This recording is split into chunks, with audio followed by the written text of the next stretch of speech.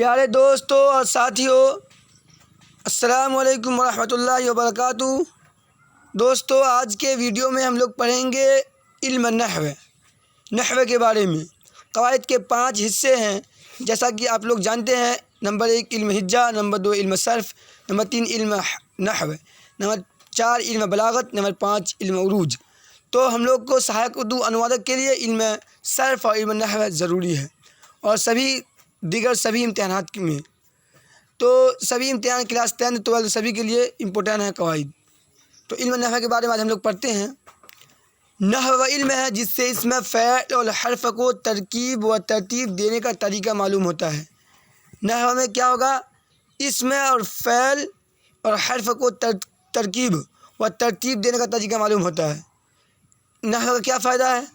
اس علم کا فائدہ بول چال اور تحریر میں ترکیبی غلطی سے محفوظ رہنا، یعنی بول چال میں اور لکھنے میں ترکیبی غلطی سے محفوظ رہنا نحو کا فائدہ ہے۔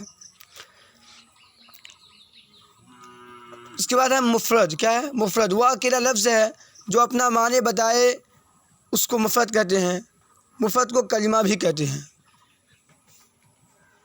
معنی کے اعتبار سے لفظ کی 2 قسمیں ہیں، لفظ موضوع، لفظ محمل۔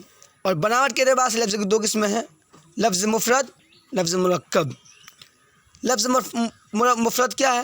وہ اکیلا لفظ ہے جو اپنا معنی بتائے، اس کو مفرد کہتے ہیں۔ جیسے مفرد کو کلمہ بھی کہتے ہیں، جیسے کتاب، قلم۔ اور مرکب کیا ہوگا؟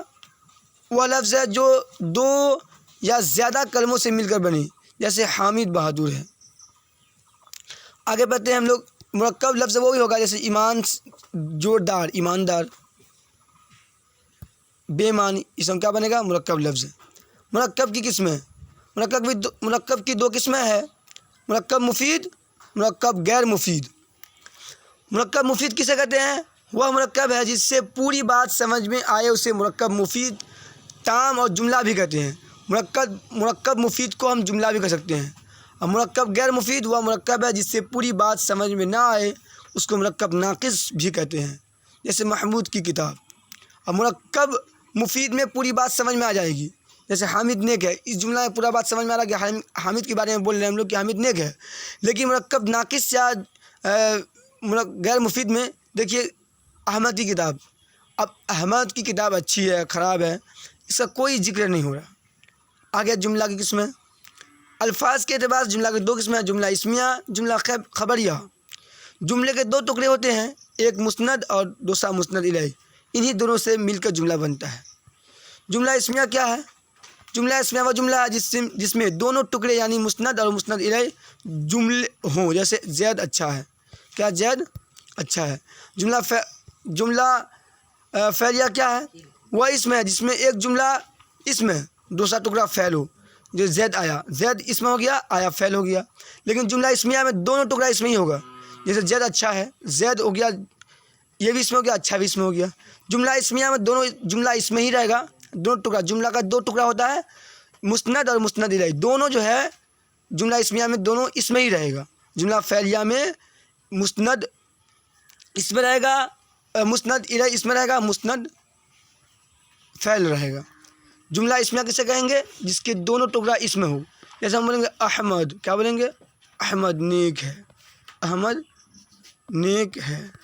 اس جملہ میں احمد ہو گیا مسند الیہ اور نیک ہو گیا مسند، تو دونوں ٹکڑا کیا ہو گیا؟ اسم ہو گیا، تو یہ جملہ اسمیہ ہو گیا۔ بولیں گے احمد جاتا ہے، کیا لکھیں گے؟ احمد جاتا ہے۔ اس کا پہلا ٹکڑا ہو گیا اسم احمد، جاتا ہو گیا فعل، تو یہ جملہ فعلیہ ہو جائے گا۔ امید کرتے ہیں کہ آپ کو یہ ویڈیو پسند آیا ہوگا۔ اگر یہ ویڈیو پسند آیا تو لائک کریں، سبسکرائب کریں میرے یوٹیوب چینل کو، اور ایسا ہی ویڈیو پانے کے لیے ملتے ہیں اگلے ویڈیو میں۔ جب تک کے لیے thank you, all the best, شکریہ۔